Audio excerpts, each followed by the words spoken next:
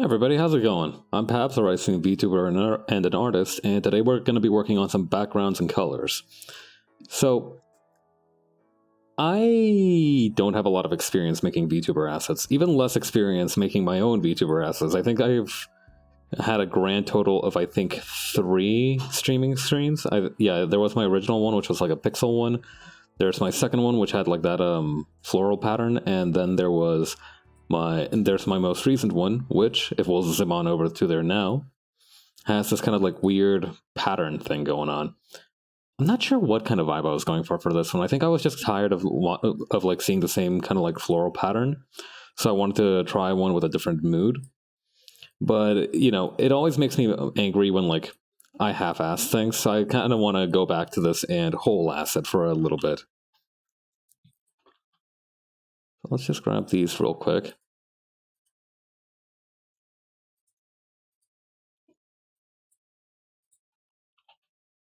You can actually tell that I think, yeah. You can kind of tell that for these first two ones, or at least for the second one, I kind of just spanned like 3 different patterns on the Clip Studio Paint board, and I just kind of went with it. But yeah, hopefully this time I'll be making a little bit more of an effort to do like a conscious decision in what the palettes will look like. All right, and I think step 1 to that is actually getting me in here. So, you know, I'm gonna be like, I don't know if you've noticed, but I'm kind of a big part of these things. In fact, you might almost call me a necessary integral component to these streams, believe it or not. Oh, Clip Studio Paint isn't shown, is it? One moment, please. Let me turn on my background music while I'm at it. Where's Clip Studio Paint? Oh, there it is. Wow. This is kind of trippy, huh? We've got like 3 versions of me in here.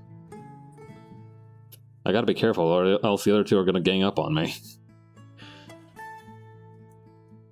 Yeah. I don't know what would happen if I got a machine that allowed me to clone myself. I think it would be like a sweet deal for like all of 2 seconds, and then the clones would start kind of unionizing. But it would just be a perpetual cycle of like wondering like, wait, who's the original clone? Who's the original clone? Because I'm not gonna get like a tattoo or something. You know, that's the thing that they never tell you, right? If you want to clone yourself, you need to make sure that either 1, you have no way to know who is the original, or 2, you need to have a very strong hierarchy about who's the original and who isn't. Because if you don't have one of those, if you have one but not the other, oh yeah, that reminds me, I also gotta get the text box in here. But you know, first things first, what we gotta do first, I think, is we gotta make a color palette. Because if I have like, you know, if I'm gonna be in here, where's my tablet pen? Oh right, I left it charging. Nice work, brain. Anyway, if I'm gonna be in here, I'm gonna need to have like a fairly decent bit of the screen real estate. Yeah, I watched like 3 videos in preparation of this. Hang on. I watched like 3 different YouTube videos in order to like prepare myself for this. And they kept consistently bringing up the 20-30-10 rule. So essentially what that means, I'm just gonna like go ahead and use this instead of the blue down there. So I think these are my main 3 colors. They're the ones that you can mainly see on screen most of the time. I wonder how kind of like... Hold up, if I just kind of like banish these guys here, then I just kind of, hang on. How recursive can we get in here?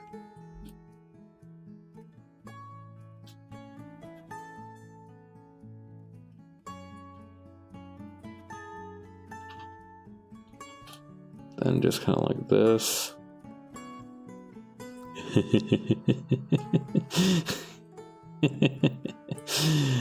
Alright, and then we were just gonna go like this.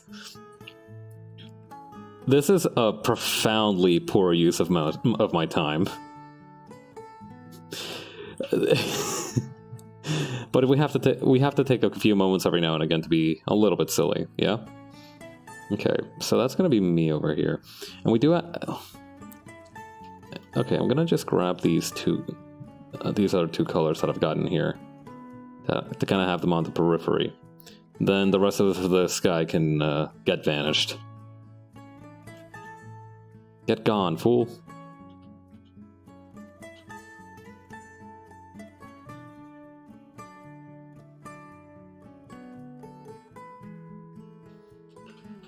Okay, so we have a color palette, and the reason that that's important is because we need colors that contrast with it nicely.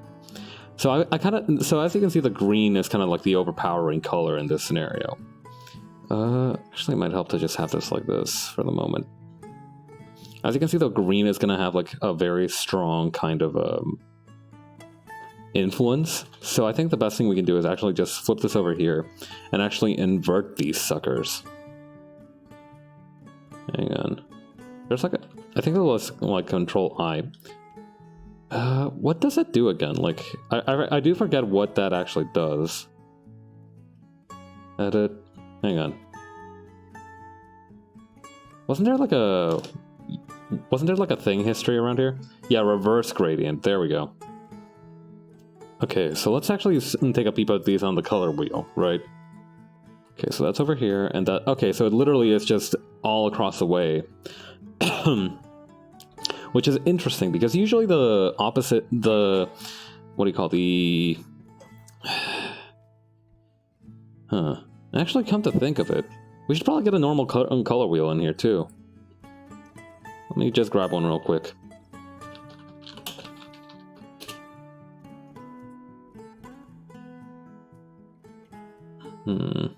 Okay, let's grab one of these real quick that doesn't look ugly. I don't know, color wheels have always been really cool, but I've just found them to be profoundly unpalatable.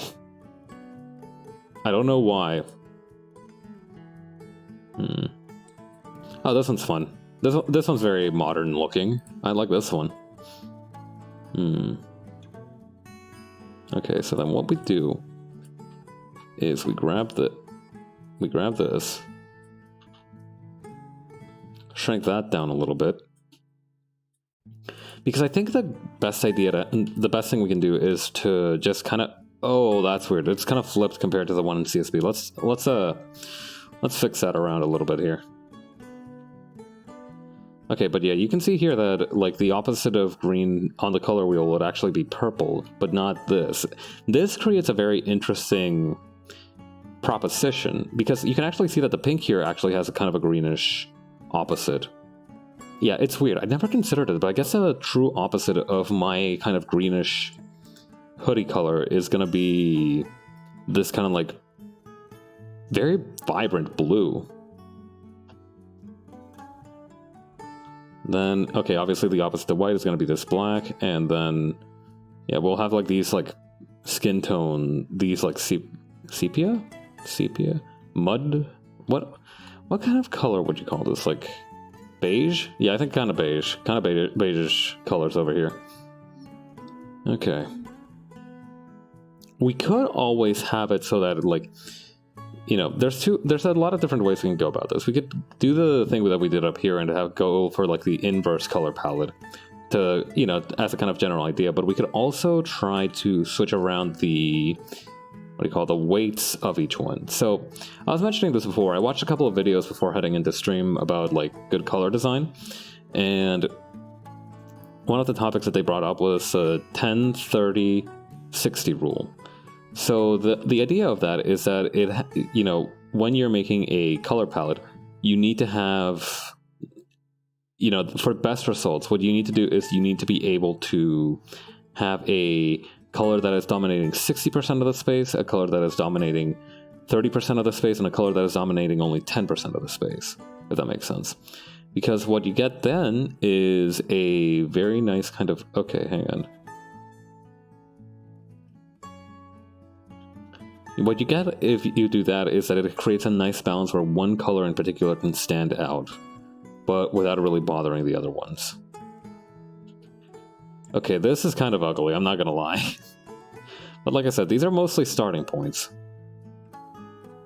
Then another option is actually to grab these and actually tone shift them a little bit forward, or, you know, hue shift them.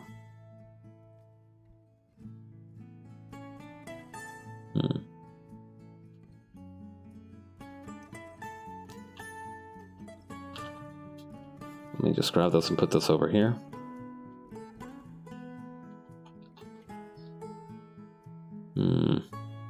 I need to find like a fun kind of tone. I don't know. Ooh, this kind of like bright blue is interesting. It's kind of like cyan.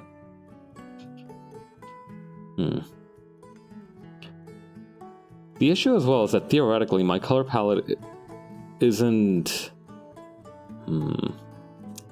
Like, I kind of went into my color palette just kind of like freeballing it, just freestyling it. So I didn't really think too much about it, but these colors kind of only... Okay, so we've got 2 pastel colors, so I think... And something that I've been thinking about as well, is that I kind of want to incorporate some kind of aesthetic into it, but I don't know what my aesthetic would look like. I've got something cooking, right? Like I've got like on the bottom right there, I've got like that recent follow thing that it looks like a torn scrap of paper, and that's good. That's a good start. You know, it kind of creates like this scrapbook feel. It's nice. But I am wondering if I should like latch onto a specific aesthetic a little bit harder. I did actually want to try to make like a 90s Taco Bell style thing.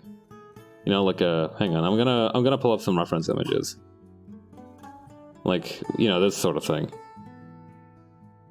Or maybe some of this.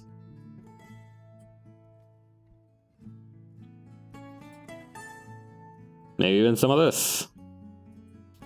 Yeah, I don't know. Something about this place in particular seems miserable, but I do like the shapes. The shapes are nice.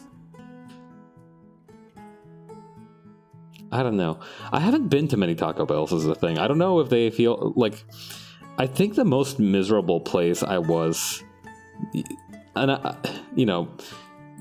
There's 2 types of miserable spaces, right? There's miserable spaces where, like, you personally are miserable, but everybody else is normal. And then there's, like, the miserable spaces where you can just feel the vibe kind of turning into arsenic around you. And the second type of space is just inhospitable to human life.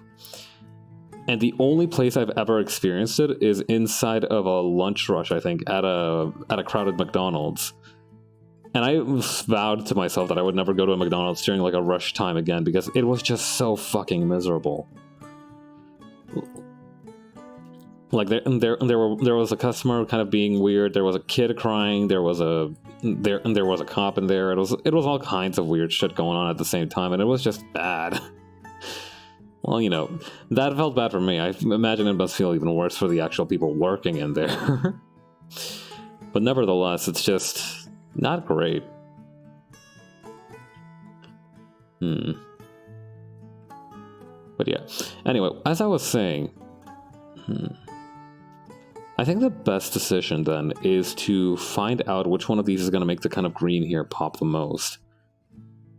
So I'm just going to jam all of these into a folder so I can keep nice and easy track of them. And I'm going to actually grab this guy, erase these bits here. Just going to leave a green cube. What I need to keep in mind as well is that I'll only take up about, like, what, 8% of the screen? Well, no, let's see here. Okay, so... I think, like, with my mass, I take about... Okay, so... Hang on. Okay, so I'm kind of around here, which means that... Okay, I think we can cut, like... 3 lines. 3 lines here. And then over here. I'm, like, 1/6 of the screen by volume. I'm good at math. At least I think I'm like 1/6 of the screen by volume. I can make myself smaller, but that's just, again, I'm kind of important to this operation. Yeah, not to kind of give myself a huge ego or anything, but it would be a little strange if the live streamer wasn't like a big part of his own stream. Oh, no. Cyan is out. This kind of pink ain't so bad. What about this, like, beige? I mean, that could be better.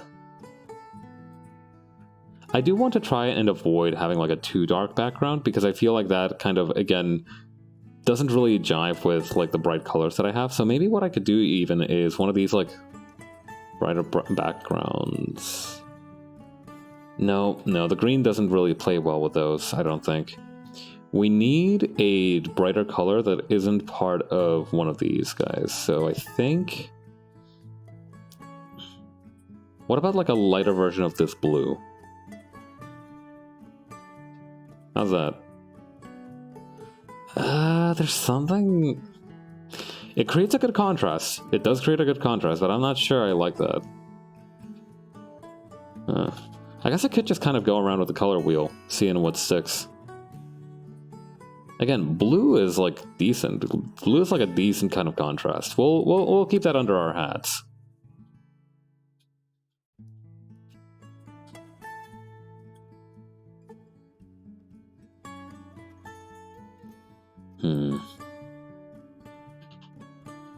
But yeah, let's keep looking around to see what we can find. Okay, again, the bright blue, very good, but also a little bit eye-searing. So maybe we can bump down the saturation just a bit, or bump up the lumina. No, it needs to be like a darker color. It needs to be a color darker than me. Which again, difficult because it will create like a negative space. Negative space is not the right word. It's like I would have to make everything else on the screen brighter, if that makes sense. I don't know, I kind of like this. It kind of matches my pants though, which I'm a little anxious about. I don't like that it matches my pants. Hang on. Let me grab this fool out of here once again.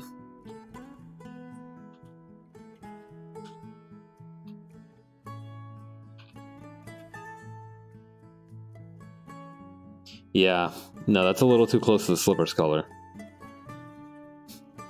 I like that I'm just like standing here now as well.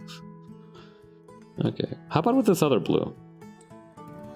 Better. I'm gonna say better than with the darker one, but could do a lot more. I feel like we could do a lot more. Dark red is interesting. Hang on. Pure white is kind of bad also. I did want to try making like a background that looked a little bit like one of those like cutting mats. Hang on, let me pull one up.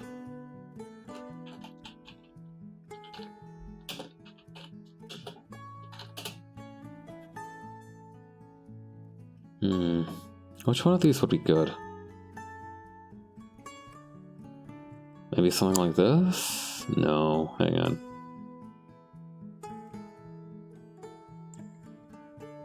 No, not quite.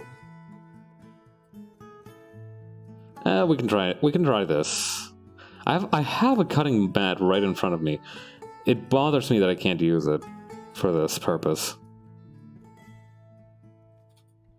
Okay, maybe I need to be less choosy and not get a PNG, just like a normal cutting mat JPEG. I like the ones with like the yellow lines.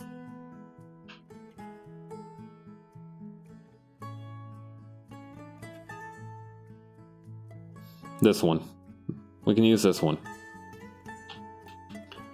The quality is going to suffer a little bit, but that's show business.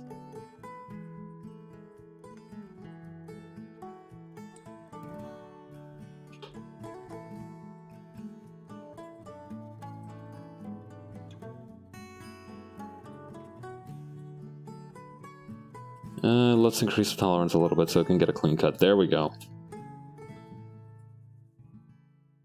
Yeah, what did this look like? You know, I think it would be a good idea to get this kind of cutting mat texture, because I think, you know, that would almost kind of vibe with the idea of having a bit of card paper behind me. Hang on. Oh, here? Okay, here's an idea. Cutting mat. I'll probably have to take a picture of my own cutting mat, or like, I don't know. Is there a royalty-free PNG of a cutting mat going on floating around out there? And if anybody knows if there is one, could you let me know? I am currently in the market.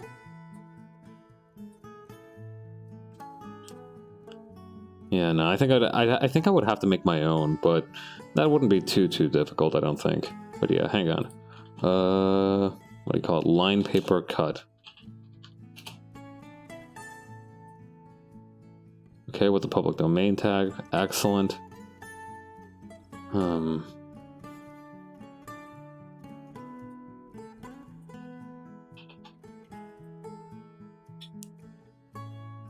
am wondering if it's a good idea to keep emphasizing like the crafts angle to this, because I feel like eventually I'm just gonna look like I'm like a back to school commercial. Which, you know, wouldn't be the worst thing in the world, but it's I don't know if that's the vibe that I'm going for, you know? It needs to have a second thing beneath the mat, I think. That would be ideal. Because then what we could have is... Excuse me. Oh, no, what you say. Yeah. What we could have is just me here. Don't worry about my lifeless homunculus that I'm zipping around in here with. Alright, we could have this here. We could have the chat box in here somewhere. The good thing about this chat box asset is that, well, one, it's adorable looking. And two, because of its, like, nature, I can just kind of, like, swap around its color a little bit. Okay, then... I always thought the chat box could be a little bit bigger. No, I think that's a good enough size for it. I need to move. No, I would have to move. I have my elbow tucked in just a little bit around here. I don't know, maybe I should make the chat box, like, longer. Yeah, the brand new posted, you know, this is hot news, top secret news from 3M, and I wasn't supposed to tell you, but they did let me know in advance that they are going to release a version of the sticky note that's been put through one of those Catherine wheels from the medieval times, so that it's extra long for all your note-taking needs. But Pabs, you say, why wouldn't they just, like, market a friggin' notepad after that? Well then, because notepads aren't sticky notes. Checkmate.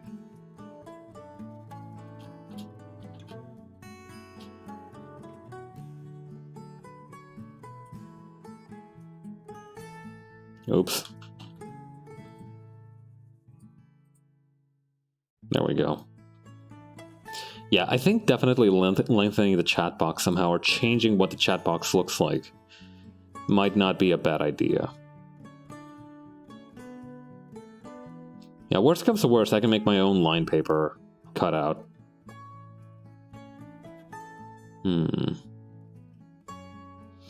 Oh, hang on. I know what might actually be a good idea to replace the chat box. Okay, so we get... Okay, wait, no, hang on. Secondary idea. Idea auxiliary, but also necessary to this.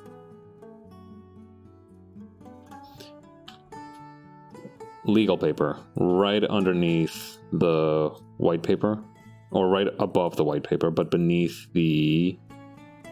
What do you call it? This thing. The cutting mat.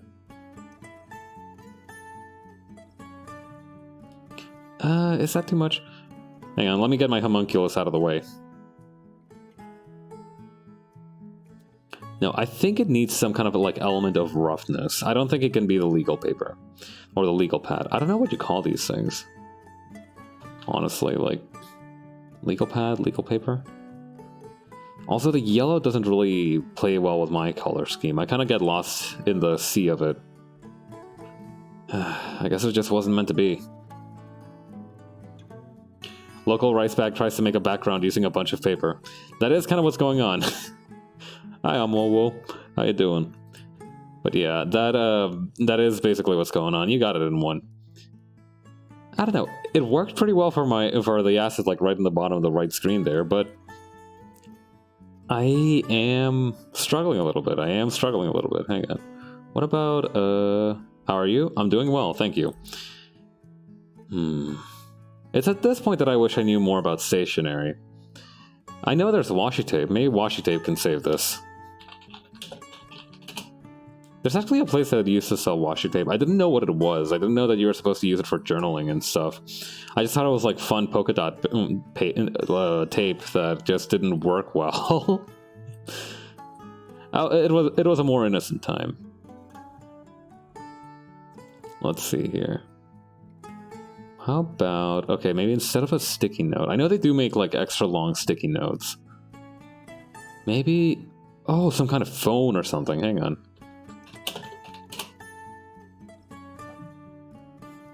Some kind of device or something. Like a teleprompter? I don't think they make desk-sized teleprompters, but, we can try something here. Hang on.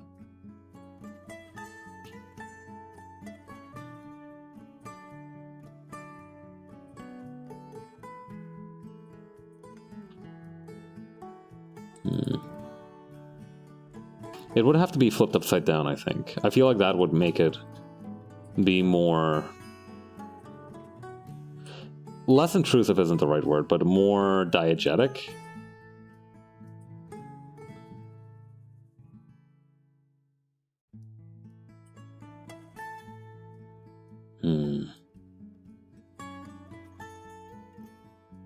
Put it above this thing too. There we go. Wait, I'm a dummy. I could just use a normal notepad. Hang on. Or pocket pad? Pocket notes?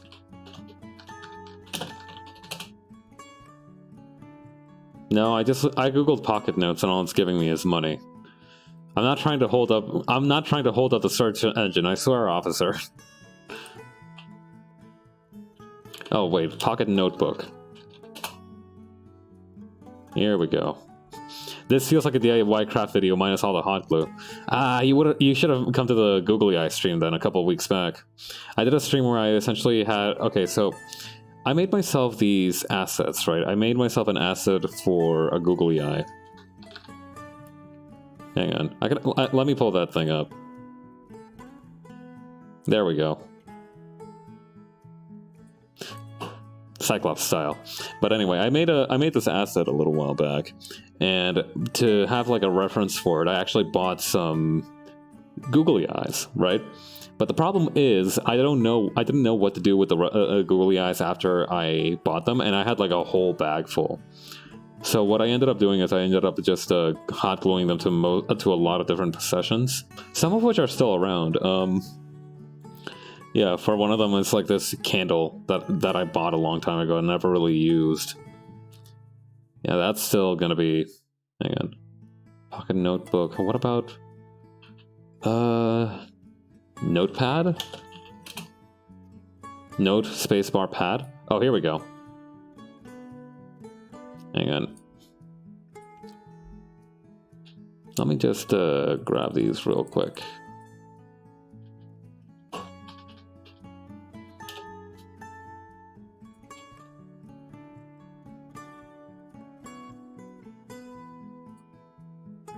Here we go. Just grab this quickly. Forgot to invert the selection. I fell for one of the classical blunders. Forgot to invert the selection. That's a phrase that's been entering my vocabulary more, and I'm not sure if it's a good thing. You know, the classical blunders. I remember that's a thing from The Princess Bride. Like, after, if you've never seen The Princess Bride, there's a scene where a bad guy tries to get the hero to drink a thing of poison, right? So he makes it a game, essentially. He's like, I'm going to fill these 2 glasses with wine. One of them... Wait, no, okay, so... He essentially says, like, I'm not gonna fight you because I know you can kick my ass, to the protagonist, but I bet I'm smarter than you. So here, I'm going to lay out these 2... so how can we talk this out? How can we, like, solve this with our wits? And the main character is like, alright, listen. I have this thing of poison on me. Don't ask questions, I just have it. I have this thing of poison on me. I'm going to poison one of the wine glasses. And if you can guess which one is poisoned, you know, I'll let you have your way, but if you can't, you know, you've drunk the poisoned wine glass. So, sucks to be you in that case. So the villain, naturally believing himself to be hot shit, is like, alright, your game. Yeah, casually has poison randomly. I mean, these things just happen, right? You just happen to own a thing of poison. You know, they tell you this in middle school, right? They tell you that before you head out, you know, you triple tap. Wallet, keys, small vial of poison. Anyway, it ends up being the... he poisons one of the glasses, and the villain's like, haha, you fell for one of the classical blunders. I switched our glasses around when you weren't looking, idiot.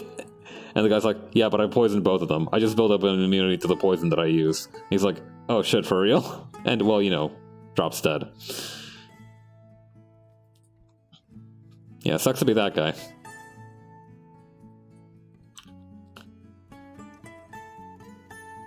Yeah. What they don't tell you about the classical blunders is that even if you know which one is a classical blunder or not, you're still not going to be immune. You are not immune to the classical blunders.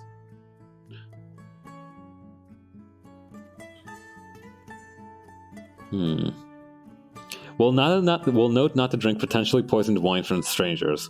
Yeah, just generally don't accept food and or drink from strangers. That's a good rule of thumb. Yeah. Oh yeah. So get this, right? Speaking of strange alcohol from dubious places, I found out the other day that apparently there's a Swedish gin company. There's a company in Sweden that produces gin. And one of their things is that they essentially age the gin at the bottom of a lake. I'm not sure why they do that. I don't know what the purpose of it is. I think it might be to like give it a special flavor or something. But the fact of the matter is that they essentially like throw this gin into the bottom of a lake and let it be there for like a marmo.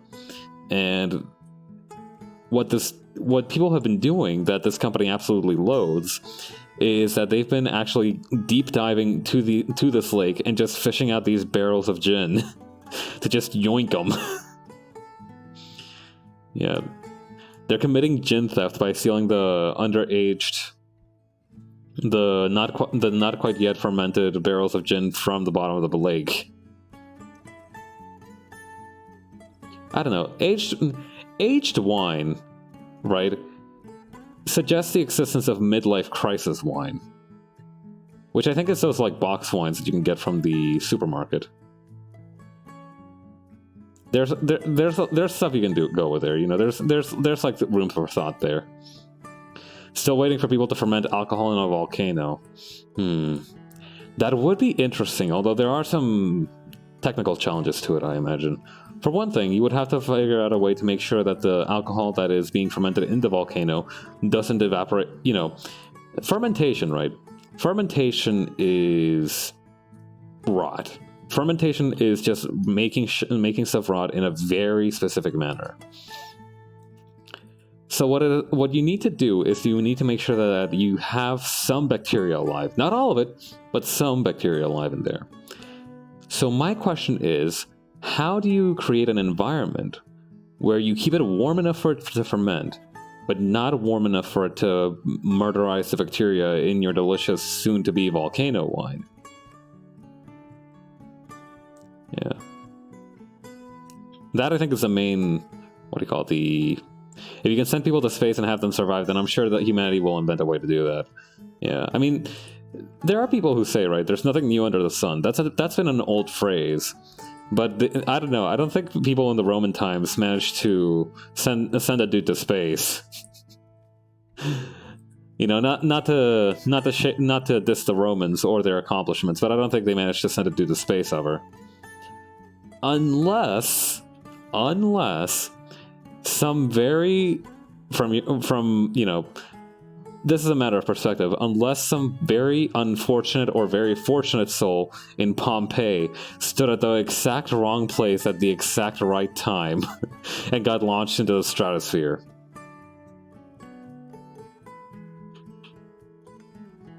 The thing is as well that if I use this like craft paper aesthetic, I'm gonna need to get high-res scans of all this different stuff. Hear me out. Caveman satellite. All right, we're cooking with some real gasoline here.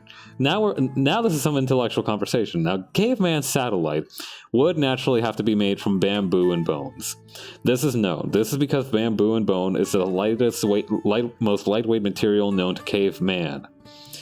Now, the method of propulsion is an inexact science, but I believe that if a caveman strapped enough TNT to a pterodactyl, that pterodactyl would end up in space and potentially act as a satellite. So, caveman get Wi-Fi. Cavemen didn't have TNT. Of course they did. Hang on. You know, I'm looking at this Wikipedia article right here that says TNT was invented, you know, TNT was what was in the primordial soup. We came from TNT. That's why we're called the acme of evolution. Who am I kidding? We'd have to give cavemen the TNT. We would have, I mean, assuming we could go back in time and let them conceptualize the idea that there is a barrier in the sky, that if you go past far enough of it, you will end up above the clouds. Did cavemen know about clouds? Did cavemen know what, like, that clouds could change? Clouds must have been scary as fuck to a caveman.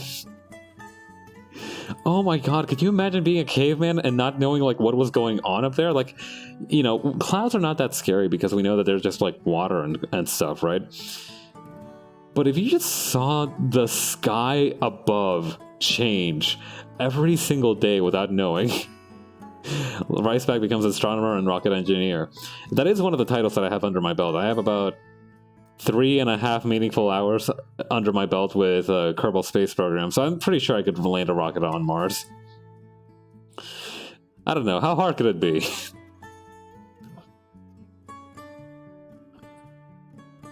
Let's see. Alright, I think the next step is actually to go ahead and grab this Clip Studio Paint thing that I've got from this past stream here.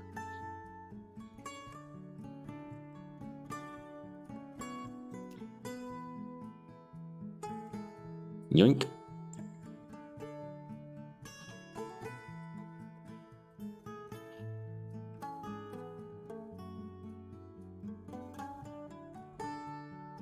Should drink some water.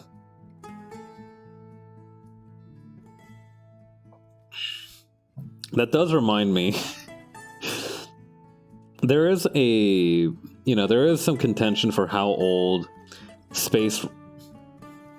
Okay, this is bothering me, the fact that this is like that. I'm gonna, like, just Photoshop this real quick so that it doesn't bother me so much. Hang on.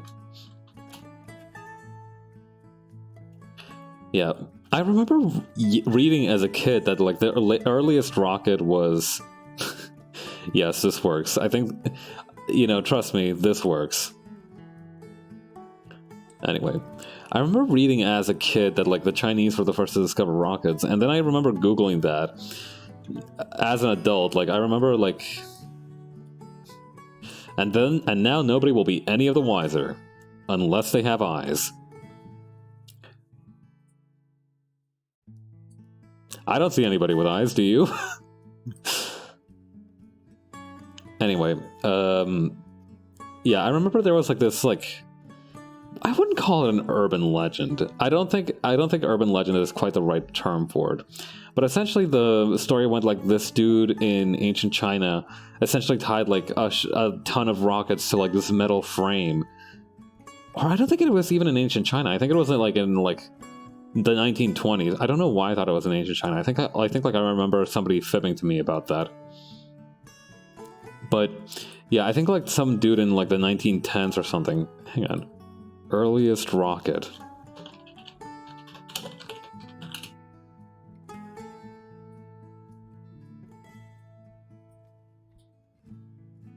Or wait, maybe I'm... Hang on.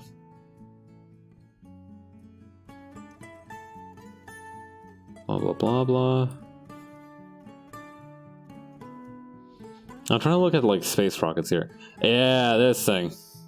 Wait, no. This is the wrong dude. There was, like, this weird diagram of, like, a dude on a metal frame on a rocket with, like, a rocket attached to it.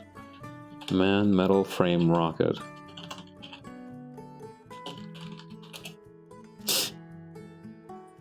I swear to God, this was a thing that I remember reading.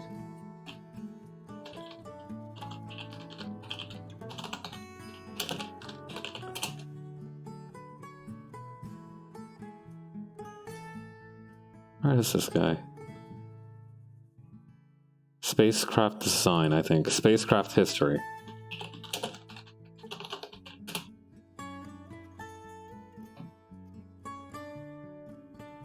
There has to be like a history of it. Yeah, history of spaceflight. Come on, where is this guy? I remember there was like a dude with a metal frame.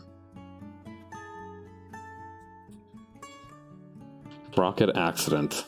Wait, no, that's just gonna lead to the Apollo 11.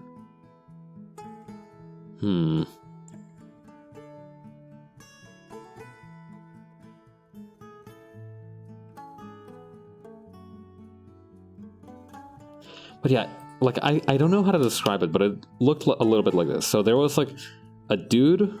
Hang on. There was a guy with, like, this weird pyramid-shaped thing that had, like, rockets on each side of the pyramid. And that pyramid shot into the air, and he was, like, hanging on for dear life to the sides of the pyramid here. And he was using that to go up. I don't know why that's such a clear memory to me, but I remember seeing that as like a thing. That was like a thing to me. That was I for sure remember that from my childhood.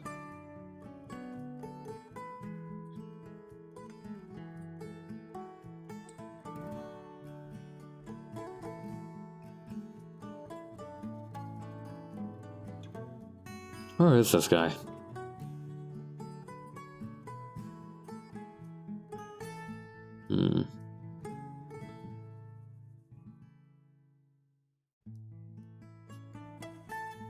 Metal frame rockets. Something from the History Channel? It might have been.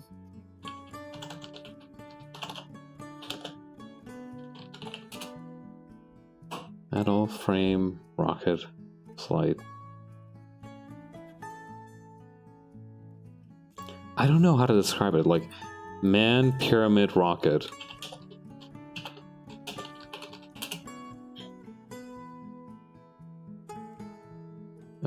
Man. So, rocket, metal frame? No, that's just gonna lead to like landing gear or something. Frame, man, launch. Come on, brain. Is there a place for like... come on.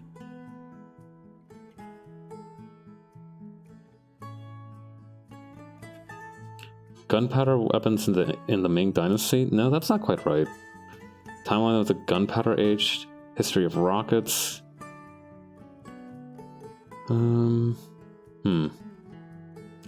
This is gonna bug me if I don't remember. Hang on. Let me pull up my browser so you guys can see what I'm going through. This is like gonna be such a big distraction, but I don't really care. There we go. Okay. Timeline of spaceflight. Here we go. Okay, so it starts from 1950. Spaceflight before 1951. Here we fucking go. Okay, began as a practical endeavor. No, we need to go even further back. Okay, V-2A rocket. Blah, blah, blah. Viking. Nah, this ain't it. What's a sounding rocket? An instrument carrying a rocket designed to take measurements and perform scientific experiments in suborbital flight. Okay, we might be... Suborbital flight might be kind of more what we're angling for. Okay, blah, blah, blah. Where are you? Source orbital, blah, blah, blah. When from P-Munde. Okay, no. There's gotta be some Wikipedia page for this. I swear to God.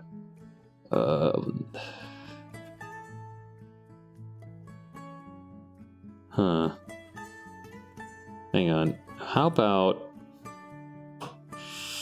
How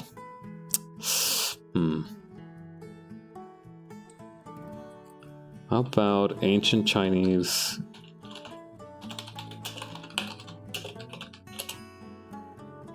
Fire arrow, history of Chinese inventions, multiple rocket launchers. Science and technology in China might be good. But okay, no. God, this is gonna bug me if I don't remember.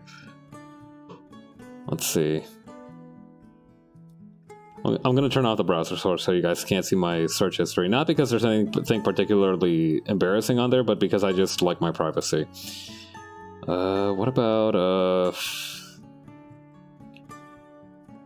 idiot space flight? List of human space flights. Here we go. Okay. No, these are with actual rockets. I mean before we managed to actually figure out how that went. Let's see.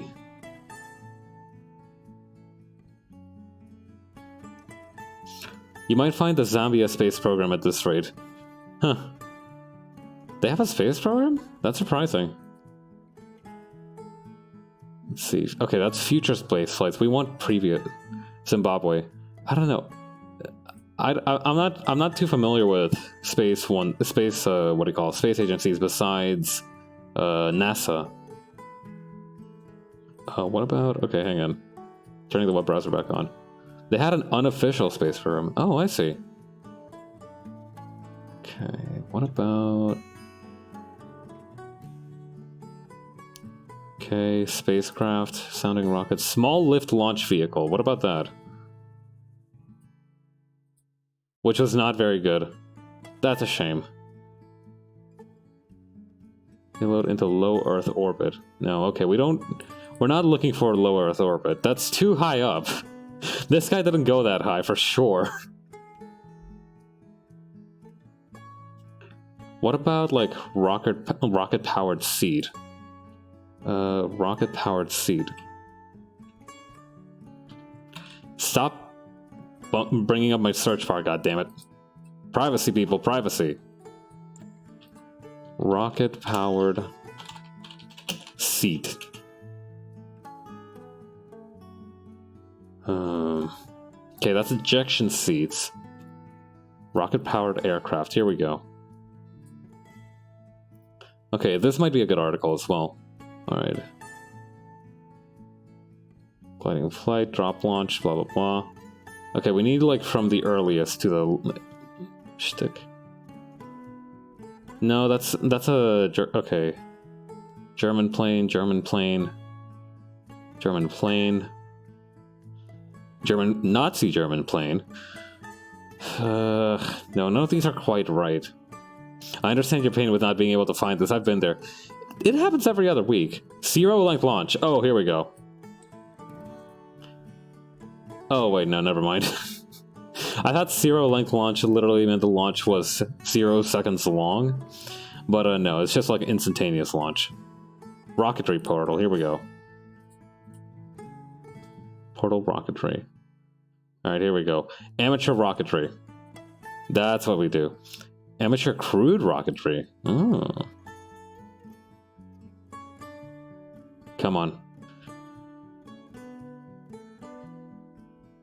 Blah, blah, blah. Pacific Rocket Society established in California in the early 1950s. The group did their research on rockets from a launch site deep into in the Mojave Desert. No, that's not quite right. Mike Hughes. Popularly known as Mad Mike Hughes, was an American limousine driver, professed flat earther, and daredevil known for flying in self-built steam rockets. It's why I just have a bunch of tabs open instead of Googling them at every second and forgetting where to find it. I recommend you get this browser extension called OneTab then. I like to store all my tabs in there at the end of the day. Oh, here we go. List of inventors killed by their own inventions. Franz Reichelt jumped off the Eiffel Tower expecting his contraption to act as a parachute. Oh man, that's unfortunate. Alright, aviation, here we go.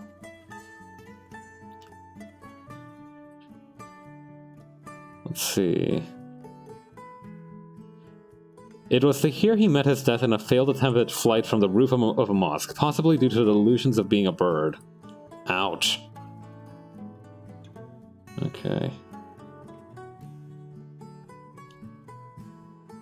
Okay, what about these guys? Clement out there. Yikes ×2. Yeah, no kidding. Alright, maybe this guy will be the early flying machines. Okay, maybe that's going to be the one. Flying machines. I am looking for a very specific picture of a very specific situation. Earth and air. Blah, blah, blah, blah. Spring-powered ornithopter. That's quite a mouthful. Sketch of a machine for flying in the air. 19th century. Alright, we might be kind of getting somewhere here. Age of Steam. No, it was after the Age of Steam. It would have had to be after the Age of Steam. Okay. There's the two shitheads, the Wright brothers. Lift and efficiency. What, is that it? I'm 99% sure that what you saw was probably something from the History Channel with their pyramids and aliens and all that. No. This is from a book. I remember this distinctly being from a book. Air crash, died the day after crashing one of his hang gliders. Taylor.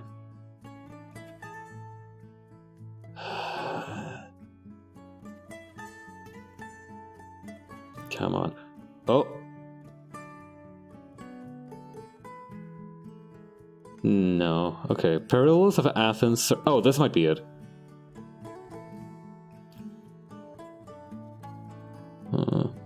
Here we go. Okay, that's one of them. But there's another one. There's Segway scooter, which he owned while the company Segway Inc. So he did not have met the Segway. Adventures of a Hillip. Okay, Wanhu. Wanhu is a legendary Chinese official, supposedly having lived from as early as 2000 BCE to as late as the Middle Ming Dynasty or 16th century, who was described in 20th century sources as the world's first astronaut by having been lifted by rockets into outer space. The crater Wanhu on the far side of the moon is named after him. There's an ancient Chinese guy. Look at this guy. Alright, the legend of Wanhu. The precursor of the story of Wanhu appeared in an article by John Elfreth Watkins, published in the 2nd October 1909 issue of Scientific American, which used the name Wang Tu instead of Wanhu. Tradition asserts that the first to sacrifice himself to the problem of flying was Wang Tu, a Chinese mandarin of about 2000 years BC, who, having constructed a pair of large parallel and horizontal kites, seated himself in a chair fixed between them while 47 attendants, each with a candle, ignited 47 rockets placed beneath the apparatus. But the rockets under the chair exploded, burning the mandarin, and so angered the emperor that he ordered a severe paddling for Wang. How did he not die? Okay, let's see. Widely disseminated. Okay, the myth becomes apocryphal. Blah blah blah. Yeah, no.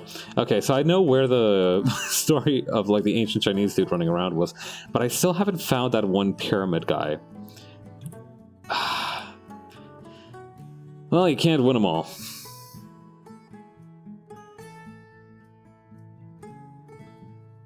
I will content myself with this for now. Besides, we're here to we've got a mission. We've got a job to do. Okay, for one thing, we need to solidify this text box. Okay, wait, hang on. First of all, I would need to add a thing here.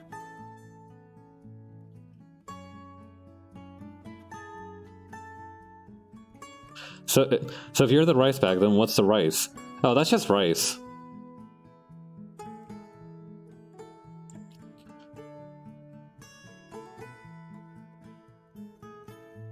Yeah, this is just normal rice in here.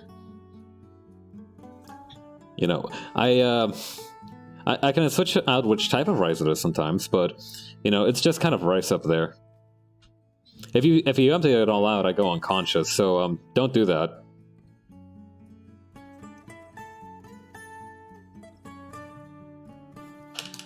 Yeah, pretty please don't empty out the rice in my bag.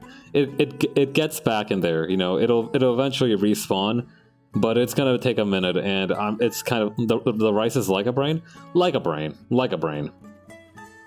Not a brain, but like a brain.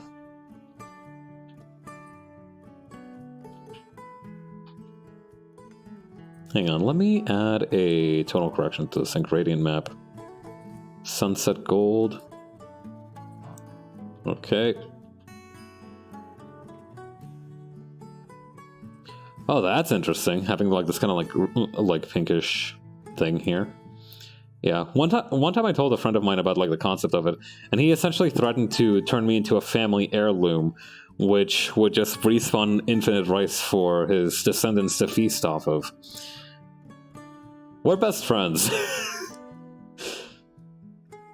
But yeah, in theory you could do that, but what happens if one single rice grain is removed? Does anything change? I don't think so.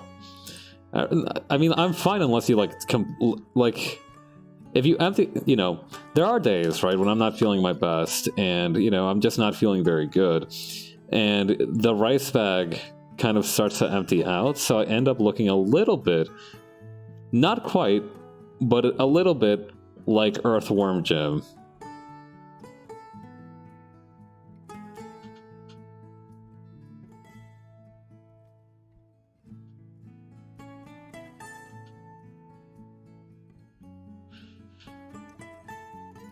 Yeah, this is like low rice mode.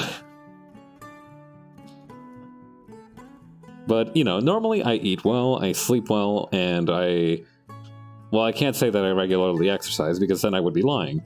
But I am healthy enough that how much rice does a bag hold? I would say around, I don't know, how heavy is a human head? 12 kilograms? Yeah, about 12 kilograms of rice.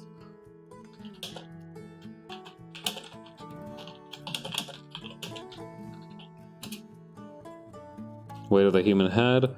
Oh, whoa, no, I'm way off. A human head is around 10 to 11 pounds, or 4 to 5 kilograms. Okay, 5 kilograms isn't all that much. 5 kilograms in a rice bag isn't a huge amount, so I'm guessing I'll like give myself more. I think like around 8 kilograms would be good. I think I buy an 8 kilogram rice bag every 3 months or so, and that keeps me well fed, and that's an approximate size of my head. An 8 kilogram rice bag.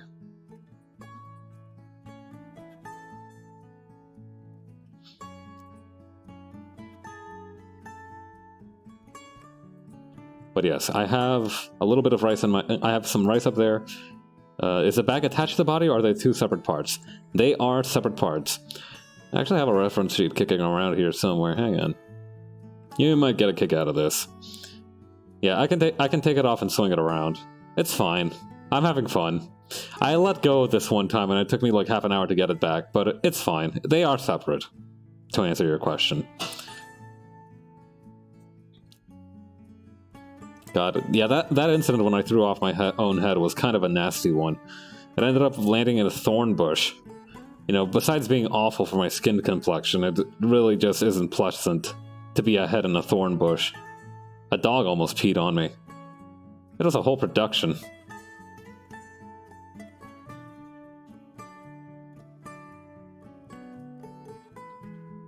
Let's see here. Like that. If that's the case, I might as well just like bump this up to full size. You know, just make that fully like the bottom there. No, then it's like rather indistinguishable. It's better to have it like smaller. Yeah, I don't know. I don't know how useful the closed captions are. I like having them because I think they look nice, and I think they're like a nice way of showing that something's going on without me moving too much. Yeah, the lack of, well, just about everything except the mouth makes me not as animated as other VTuber models. So unless I start giving myself jiggle physics in all the wrong places, the subtitles is one of the easiest ways to let people know that I'm still talking.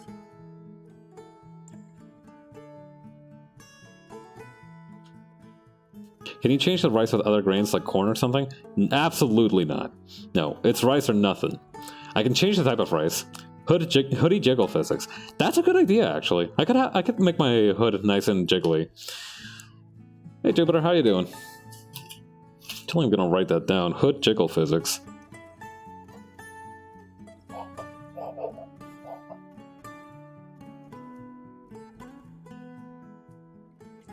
I remember I saw some... I remember seeing this one VTuber model. You know, VTubers can have some pretty wild proportions and pretty wild art styles, but I do remember seeing a VTuber model that it was, without hyperbole, just like two big ol' boobs on like... So essentially the model looked like this. Like actual stick figure. And the boobs had like the worst... The boobs and the butt had the worst jiggle physics ever. Like they looked like they were alive. And it is honestly one of the most impactful things I've ever seen in my entire life. Impactful in the same way that a car crash might be impactful, but nevertheless it left an impression, and I think that's really what's most important. You know, at the end of the day, if you can be yourself, right? If you can have your model and be yourself and catch people's attention and their eyes, you are doing very well for yourself, I think. I think we'll have to shrink down this thing a little bit, the actual what's going on the screen. There we go. Yeah. I try to have the top bit of the screen uncovered, right? I don't like having this like little bar up here. I feel like that's a waste of space, but you have to admit this is starting to look like surprisingly organized, right? I do feel like that's something that I missed out on, right, with this new background as well, is that I didn't put enough effort into making sure that it had like a cohesive theme. Like I said, it has these patterns, and the colors are really nice too. Like I actually really think the red and the yellow, like this red with like orange, actually helps me pop out quite a bit. But it's not. It's what some people. I've heard a couple of people use this term before, and I cannot get it out of my head. It is a little bit of a nothing burger in terms of aesthetic, right? Like, you know. With my old background, right, we had like this theme going on of like a very summery kind of thing, a very summery vibe. I don't know why, but it felt like it worked with me. I think particularly because we had the pink in common. But, you know, with this other background, with the one that I'm currently using, hang on, this one right here, it's not really cohesive, you know? It does not cohere. It does not co-seed? Yeah. I was talking about this the other day. I've been going... Oh, fun fact. I learned the other day that apparently there... Okay, so essentially what there exists a thing, and this thing is a offshoot of Wikimedia. So, you know, you have big old Wikipedia, which is a great place for learning new information and always having it be reliable.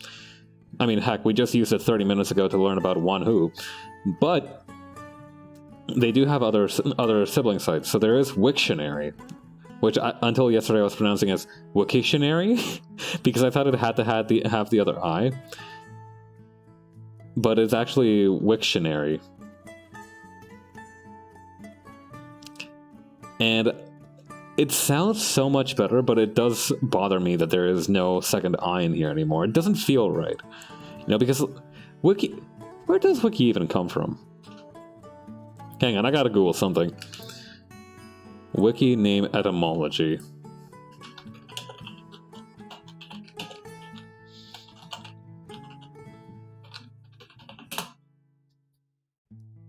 Okay, I just pulled up the Wikipedia article for etymology. Alright, smartass.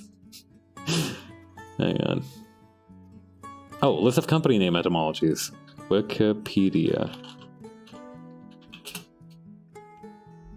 Oops. Hang on. What about, like, what is Wikipedia named after? What? Okay, hang on.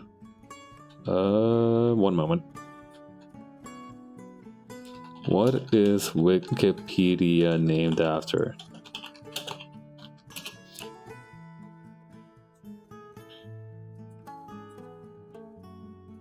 History. Huh. Okay, Wikipedia began... Okay, here we go. Wait. There's a problem that the colors that match you, vague idea of the self's appearance, are also the colors that you're gonna blend in with. Like a fella in a ghillie suit. Shit, you're right. That is kind of a problem. I don't know. I could always rebrand it to like some dude whose main color palette is like orange with some blue, maybe black hair. Wait, no, that's just Goku. Anyway, we have a Wikipedia article to read. If I may bring your attention to the browser source, the moment I can find it. Yeah, various... Okay, so essentially it started from Newpedia, which was an online English language encyclopedia. Blah, blah, blah, blah.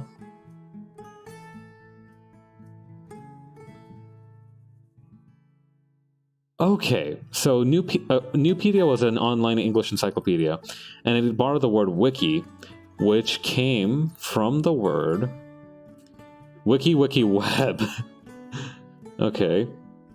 It was named by Cunningham, who remembered a Honolulu International Airport counter employee telling him to take the wiki shuttle bus that ran between the airport's terminals. According to Cunningham, I chose wiki as an alliterative substitute for quick, and thereby avoided naming this stuff Quick Web. Huh. So it comes from quick, huh?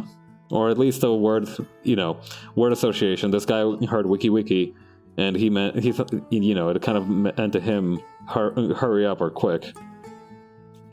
I mean, the way to say hurry in Korean is pali, and, in Chinese it's kwaila, and in Espanol it's apúrate. So, those don't roll off the tongue quite as easily as wiki, but I mean, kwaila is pretty similar. Kwaiwiki. Wait, no. Kwaipedia. Then again, Kwai is also a homophone for money, so it would sound like it's a moneypedia. The Cash Money Encyclopedia. What I could do as well is I could redesign the text box a little bit. That could help out some of the problems that I'm facing right here, which is just having this weird thing of white space. I could put a pencil there, actually. Hang on, I could put a pencil there or something, but that would look a little bit strange. So I think what I'm going to try and do is actually going to grab this little part right here, move it to the bottom right. Yeah, the benefit of having this text box that just kind of like moves around like that is that I can actually put this in the bottom right, and it'll only sometimes get in the way there. I don't know. There has to be a secondary way. I could always like... Wait, why is it so big? Weird. Anyway, there we go. No, that's a little too close to the recent follower box. Speaking of which, because this is kind of like, I don't know, clashing with this, I do wonder what I should like replace it with. Because, I say clashing. What's actually the problem here is that the following asset, it resembles the background too much. What about... Well, first I'm going to take a drink of water. You should always take a drink of water before making a big decision. Stay hydrated.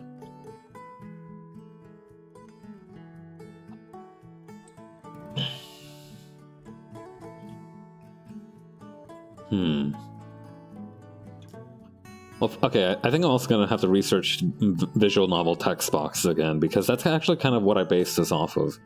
It's a very simplistic design, but I like it. But yeah, right, the follow asset. Okay, you have the notepad, you have the cutting mat, you have whatever's going on here. I think the next step, I'd say rice piece with a sign, but there's a low ceiling for the little fella. Yeah, no. I don't know. What about... I could just have, like, some doodle back here. Actually, huh.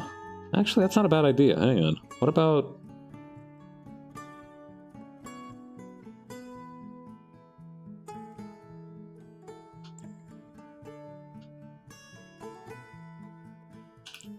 Why does that rice piece look like it's in misery?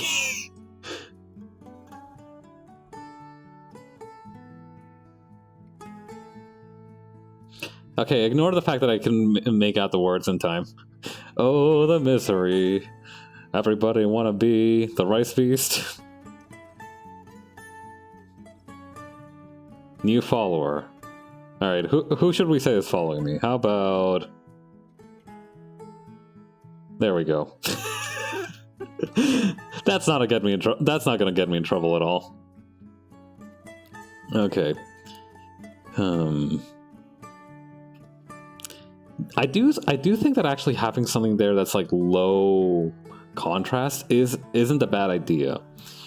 But like you said, Rice Piece is having a little bit of low overhead there. Low overhead clearance for the Rice Piece, unfortunately. I'm gonna look up a Wikipedia list of stationery. Wait, hang on. There's a Wikipedia list of fractals.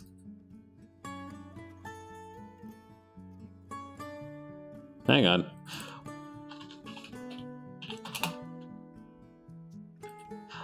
Oh boy, I don't even know what one of these words means. Alright, let's take a look here. List of fractals by Hausdorff dimension. Oh yeah, that's the stuff. Am I the only... I don't know if it's weird that I get hyped over like the weirdest Wikipedia articles. I like to think that's a positive trait. Oh yeah, baby, that's the stuff. Yum yum, give me some more. Fifth iteration of the cross. Non-Saltier version of the box fractal. Quadratic cock fractal. Oh, here we go. Generated with a free open source fractal generator. Oh, baby. Let me take a look at that. Ah, damn it, it's gone. Hang on. Okay, yeah, it's a Java plugin. Anyway, stationery. Okay, we got scissors, we got glue, we got tape. What else we got in here? Embossed. Ooh. Oh, binder clips. That might actually be a good one. Okay, binder clips might be good. Carbon paper. Not quite. A handheld embosser. Oh, here we go. Embossing tape. Oh, this is a long list. Liquid paper. Notebooks. Paper cutter. No. Royal Mail rubber cards. Rubber bands. What else we got in here? Oh! Sorry, what are these called? Tickler files? Or the 43-folder system is a collection of date-labeled file folders organized in a way that allows time-sensitive documents to be filed according to the future date on which each document needs action. Oh. I find it funny that it's called Tickler file.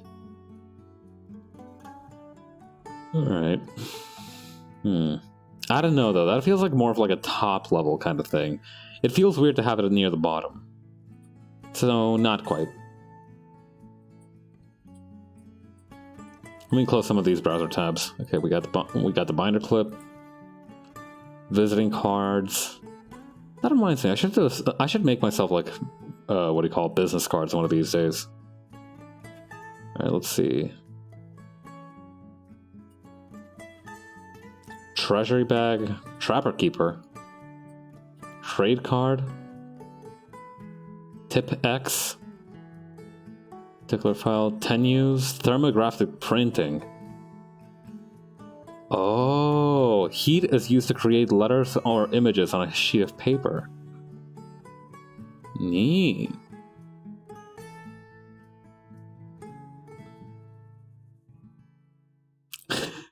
Wait, hang on. The spindle. A spindle, or colloquially a spike, is an upright spike used to temporarily hold papers. Spiking the act is the act of steering an item onto the spike. A spindle is often used in restaurants to hold orders for the waitstaff to the kitchen. This is just a... Have you guys ever seen that movie series, Final Destination? This is just one of those accidents waiting to happen. Spindling was in the middle of 3 stern prohibitions in the famous injunction historically printed on the punch card's document to be processed by computer. Do not fold, spindle, or mutilate. Oh, that's funny. They also put the same thing on. They also stamped the same thing on my back when I was born. Okay, trade card. A trade card is a square or rectangular card that is small but bigger than the modern visiting card, and it's exchanged in social circles. Oh, so it's kind of like a business card.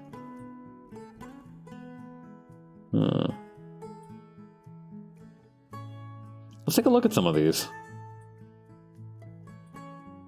So this is like a pre-business business card, huh? Pretty tight, not gonna lie. Alright, Trapper Keeper. No pictures? No pictures, no sale. Business card formatted like a trading card game card. That is something that we need to start having more of, you know? I feel like we need to start having, like,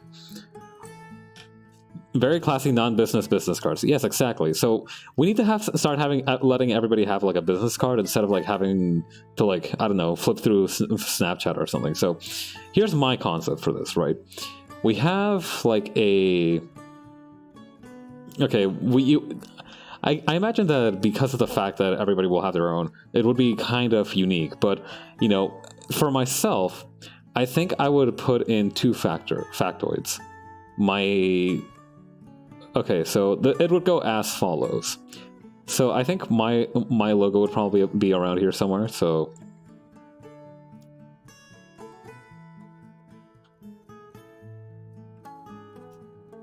Okay, so my question then is, would these be kind of like baseball cards or like Yu-Gi-Oh cards? Because I think the Yu-Gi-Oh card approach is so much better than the baseball card approach. Because the baseball card approach, right? Not that this baseball card collectors, but the point of baseball cards is that you have like the big picture in the front here of like the guy doing baseball. Right? You have like the dude who's holding the bat or like throwing the ball or what have you. I've never seen a baseball game before. I was thinking Yu-Gi-Oh or Pokemon. Yes, precisely. Okay, so I think, you know, I think if we need to approach this from a theoretical point of view, right? All right, I would need to actually have the sun in here somewhere.